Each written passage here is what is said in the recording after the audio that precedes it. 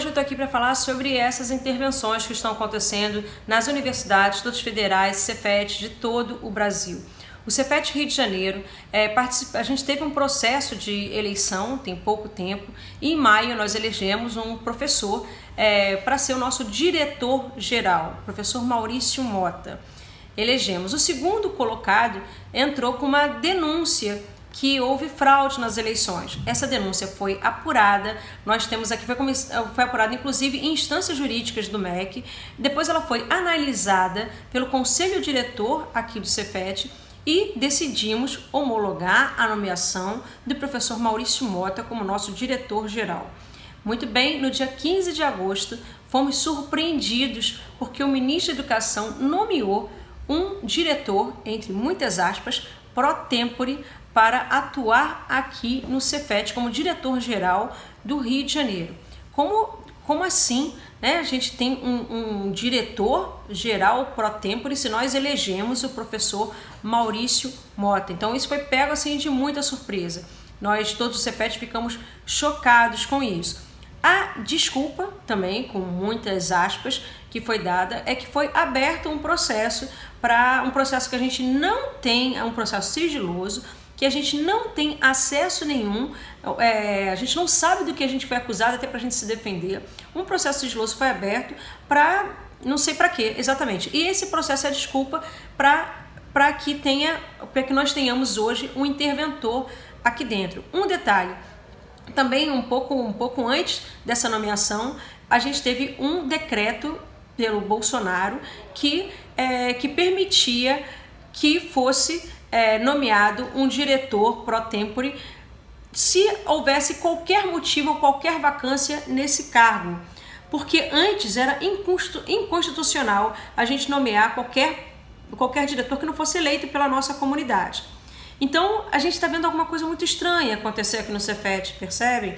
E o que acontece? Quando a gente ouve o interventor falando, ele fala, é uma pessoa calma, que fique claro aqui que o problema não é pessoal. Ele já mostrou pra gente que o currículo dele é muito bom, inclusive ele foi escolhido pelo ministro da Educação pelo currículo dele, que ele tem uma capacidade boa de articulação, de gestão. Então ele tentou várias vezes mostrar pra gente que ele tem capacidade de gerir o Cefet e que ele vai ficar aqui por pouco tempo, 20 a 40 dias, até que esse processo sigiloso se resolva.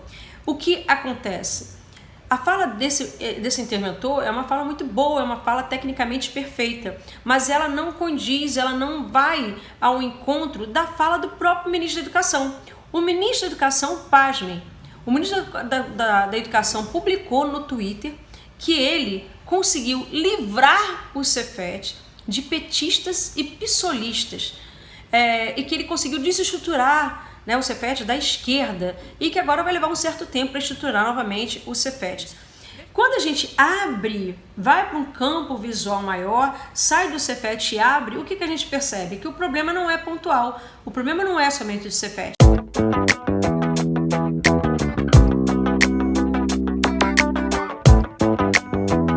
Essas intervenções, essa falta de respeito com a decisão, com a escolha das comunidades acadêmicas, acontece em várias universidades do Brasil.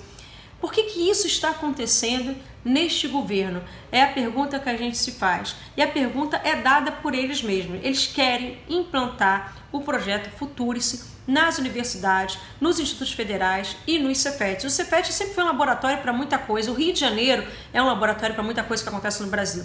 E o Cefet Rio de Janeiro também um laboratório para várias coisas. Então a gente tem que ficar de olho porque a gente acredita tudo, né? E eles falam isso, que eles querem implementar o projeto Futurice, que não deixa de ser um outro projeto que tira por total a autonomia das universidades e tem uma visão de ciência muito limitada. A visão do Futurice, ele trata a ciência, o conhecimento como algo altamente mercadológico, como uma ferramenta para se ganhar dinheiro de troca, né? É claro que isso é importante, ciência aplicada é importantíssimo, ninguém está querendo dizer aqui que a ciência aplicada não é importante, mas a ciência básica, aquela que procura estudar o ser humano, que procura exatamente desenvolver o nosso lado humano, ela é primordial. Então, desprezar a ciência básica vai ser uma coisa assim, altamente desastrosa para o Brasil.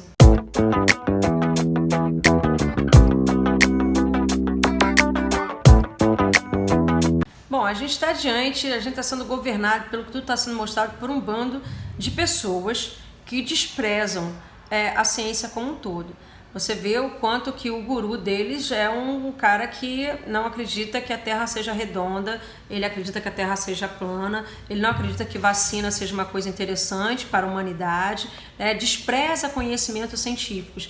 Então, essa galera que despreza conhecimentos científicos, que pelo que a gente entende, nunca pisou na universidade, não tem vivência de uma universidade, eles acabam, a tática é primeiro vender que o que se faz na universidade é só balbúrdia, com a palavra que eles usaram.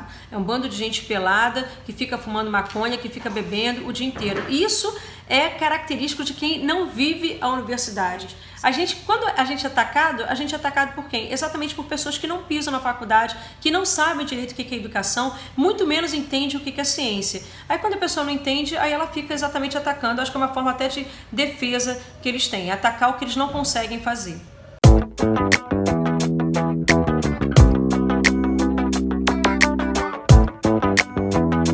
Mais um detalhe, nós temos pouco tempo de ciência aqui no Brasil, pouco tempo de produção acadêmica. De Fernando Henrique para cá, que a gente pode falar que teve 15 anos praticamente de investimento contínuo de ciência nas universidades, nos institutos federais do Brasil. Então, a nossa ciência tem pouco tempo, a nossa produção acadêmica, e nós somos o 13º país em artigos publicados. Aí vocês podem falar, não, então, mas isso não quer dizer muita coisa, pode ter muito artigo publicado ruim. Nós somos o 17º país mais citado em pesquisas acadêmicas, ou seja, nós não estamos fazendo feio de forma alguma para o mundo, pelo contrário, aqui se produz muita coisa, pesquisa e ciência e conhecimento de muita qualidade e somos reconhecidos internacionalmente por isso. Então a pergunta, de novo, por que a gente que produz tão sério, que produz com tanto carinho, com tanta paixão, com tanta dedicação, por que a gente está apanhando tanto? Por que estão nos considerando inimigas da sociedade? A gente vê um discurso de ódio muito claro nessas pessoas que atacam a ciência, a educação. É um discurso de ódio principalmente ao PT. O que o PT fez de tão ruim? Exatamente o que a gente considera, que eles consideram ruim, é o que a gente considera que fez de bom. O PT deu acesso à camada mais pobre a chegar às universidades. E parece que é exatamente aí onde eles se incomodam. E por isso que eles estão atacando tanto as universidades, certo? Estão querendo exatamente reverter isso. A universidade sempre foi, na história do Brasil, um lugar da elite. O que, por outro lado, também eles estão querendo fazer com as escolas básicas, a militarização das escolas. O que vem a ser isso? É proibir professores de debaterem temas mais amplos dentro das escolas. Ou seja, professor, qual é o lema da escola sem partido? A casa educa, a escola ensina. Ou seja, professor para essa galera é um mero transmissor de conteúdo enciclopédico.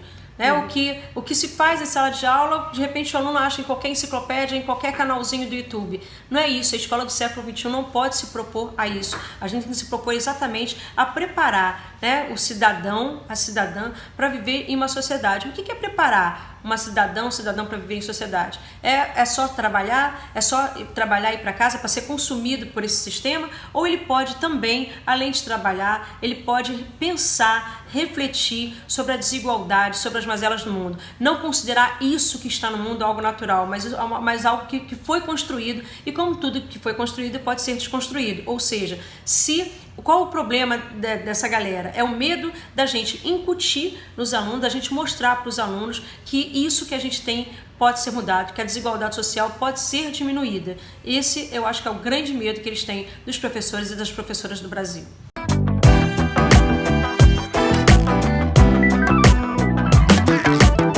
Por que a gente está apanhando tanto? Por que estão nos considerando inimigas da sociedade?